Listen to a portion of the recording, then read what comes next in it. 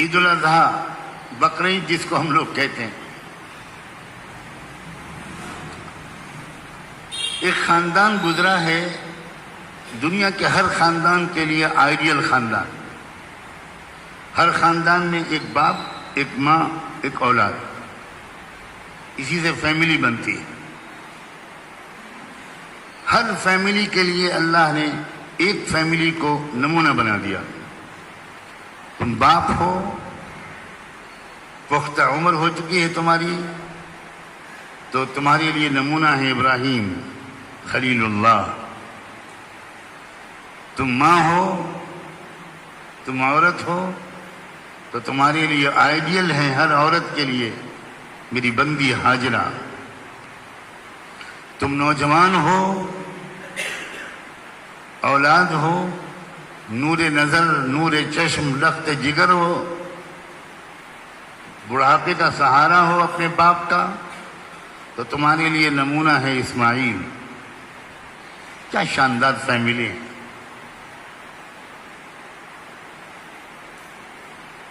اللہ تعالیٰ نے اس فیملی کو قیامت تک یاد رکھنے کے لیے ایسا اس فیملی سے اللہ نے پیار کیا ہے کہ پورا حج کا ایک ایک عمل اس فیملی کی یاد ہے. ذہنوں کو موڑ دینا ہے اس فیملی کی طرف. نوجوانوں، ناچنے گانے والوں کو آئیڈیل مت بنانا. دنیا کو فحاشی سے بھر دینے والے اداکاروں اور اداکاراؤں کو اپنا آئیڈیل نہ بنانا. آئیڈیل تم کو بنانا ہے، اور ہر آدمی کا ایک رول ماڈل ہوتا ہے، ایک نمونے کا کوئی شخص ہوتا ہے. شعوری یا غیر شعوری طور پر ہر شخص کسی کی تصویر کو آنکھوں میں سجا کر اور دل میں رچا اور بسا کر اس کو فالو کرتا ہے. وہ بال کٹاتا ہے اس کے طریقے پر، وہ لباس پہنتا ہے اس کے طریقے پر، وہ چلتا پھرتا اٹھتا بیٹھتا بولتا ہے اس کے طریقے پر. چاہے اس آدمی کو یہ پتہ نہ ہو کہ میں کسی کی نقل کر رہا ہوں، لیکن یہ ڈیپ انسائٹ انسان کی اندرونی فطرت ہے کہ وہ کسی نہ کسی کی نقل کرتا ہے. نقل کرنا ہے تو اسماعیل کی نقل کرو. آداب فرزندی، اللہ اکبر. نقل کرنا ہے تو ابراہیم خلیل اللہ کی نقل کرو.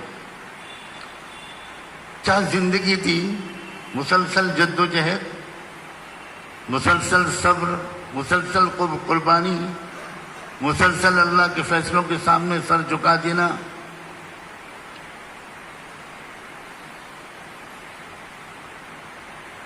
سمجھانا بجھانا شروع کیا اپنے وطن کے لوگوں کو،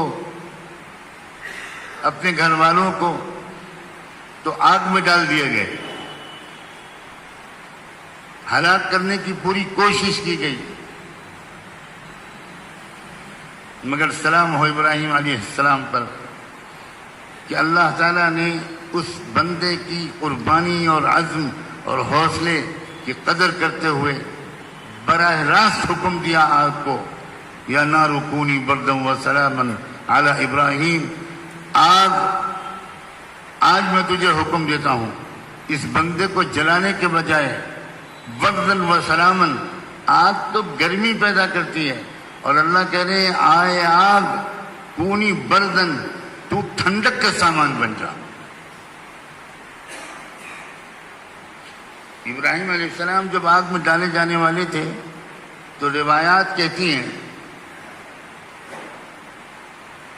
کہ فرشتے حاضر ہوئے، اور کون کون حاضر ہوا لمبی بات ہے. ابراہیم علیہ السلام نے کہا سنو، میرا رب مجھے دیکھ رہا ہے، مجھے تم سے کچھ نہیں کہنا.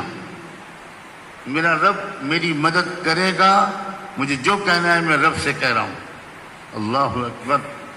اسی لیے علماء نے لکھا کہ اللہ تعالیٰ کا جو نظام ہے اس کے ہٹ کر اللہ نے خود آگ کو حکم دیا، ورنہ آگ کے نظام کو چلانے والے فرشتوں کو حکم دیتا اللہ.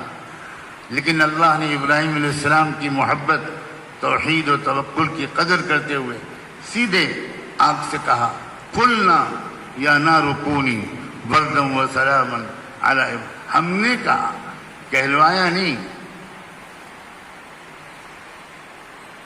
تم عورت ہو، تم ماں ہو، تو تم دیکھو اس عورت کی ہمت، اس کا توکل، کہ جب ابراہیم اللہ کے حکم پر تنہا اپنی بیوی ہاجرہ کو چھوڑ کر جانے لگے تو اس وقت انہوں نے کہا اگر آپ اللہ کے حکم سے مجھے چھوڑ کر جا رہے ہیں، اطمینان سے جائیے، اللہ ہماری حفاظت کرے گا. کہہ دینا کتنا آسان ہے اور سن لینا کتنا آسان ہے، لیکن ذرا سوچئے، جنگل بیابان، ایک انسان نہیں، کوئی زندگی وہاں پر موجود نہیں، اکیلی عورت، دودھ پیتا بچہ، چھوٹا بچہ جو بہت ارمانوں اور دعاؤں کے بعد بڑھاپے میں پیدا ہوا، اس کو اکیلے چھوڑ کے جا رہے ہیں. لیکن یہ ہے ایمان، اسے کہتے ہیں ایمان. آپ اگر اللہ کے حکم سے جا رہے ہیں تو اللہ ہماری حفاظت کرے گا. جائیے. اور اسماعیل نوجوان، اللہ اکبر، اس عمر میں جو تمنائیں ہوتی ہیں مستقبل کی، ارمان ہوتے ہیں، یہ کروں گا، وہ کروں گا، یہ کروں گا، وہ کروں گا، اس عمر میں اچانک باپ اپنے بیٹے سے کہتا ہے، ابراہیم اسماعیل سے کہتے ہیں، یا بنی انی ارا فی المنام انی اذبحک، مسلسل خواب میں دیکھ رہا ہوں کہ میں تم کو ذبح کر رہا ہوں، لیکن قربانی تمہاری دوسری اور میری دوسری، اور قربانی کسی کے کہنے پر کوئی نہیں دیتا، اس کی کوئی حیثیت نہیں جو مجبوراً دی جائے. اس لیے تمہارا کیا خیال ہے؟ باپ بیٹے سے پوچھتا ہے، بیٹا کہتا ہے یا ابت افعل ما تؤمر، ابا جان اللہ کا حکم اور اس کے بعد میری رائے، آپ تو اللہ کا حکم پر عمل کیجئے اور آپ دیکھیے گا ستجدنی انشاءاللہ من الصابرین. آپ دیکھیے گا کہ میں کس طرح اپنی گردن پیش کرتا ہوں. بوڑھا باپ اپنی آنکھوں پر پٹی باندھ دیتا ہے اگر یہ روایات صحیح ہیں، اور لٹا دیتا ہے بیٹے کو اور چھری تیز کر کے گردن پر چلاتا ہے، اور قرآن اس کا منظر کھینچتا ہے، فلما اسلما وتلہ للجبین، جب دونوں نے اللہ کے حوالے اپنے آپ کو کر دیا، وتلہ للجبین، اور پیشانی کے بل پر باپ نے بیٹے کو لٹا دیا،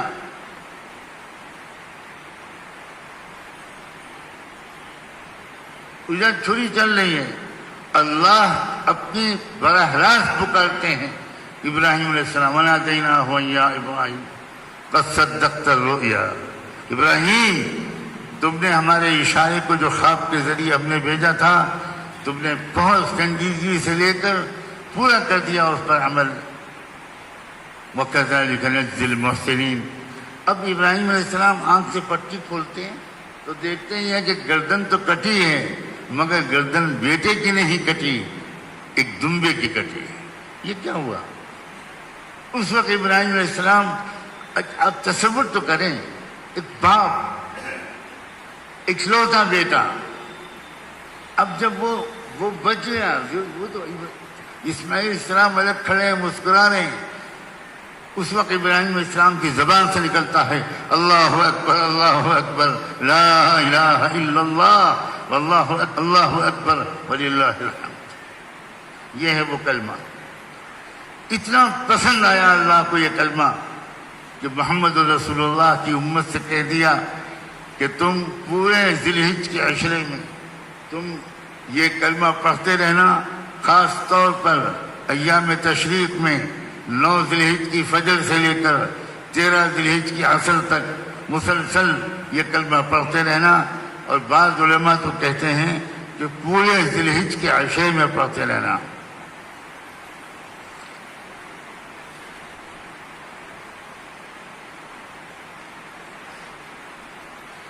بلکہ یہی نہیں، یہاں ہمارے ملک میں رواج نہیں ہے میں نے عرب ملکوں میں دیکھا، اس کا رواج زندہ ہے اور یہ بالکل صحیح ہے کہ ان 10 دنوں میں مسلمان ایک دوسرے سے ملاقات کرے، گھر پہ آئیں جائیں، بچوں سے ملیں، کسی سے ملاقات ہو تو سلام کے بعد اللہ اکبر لا الہ الا اللہ واللہ اکبر وللہ الحمد۔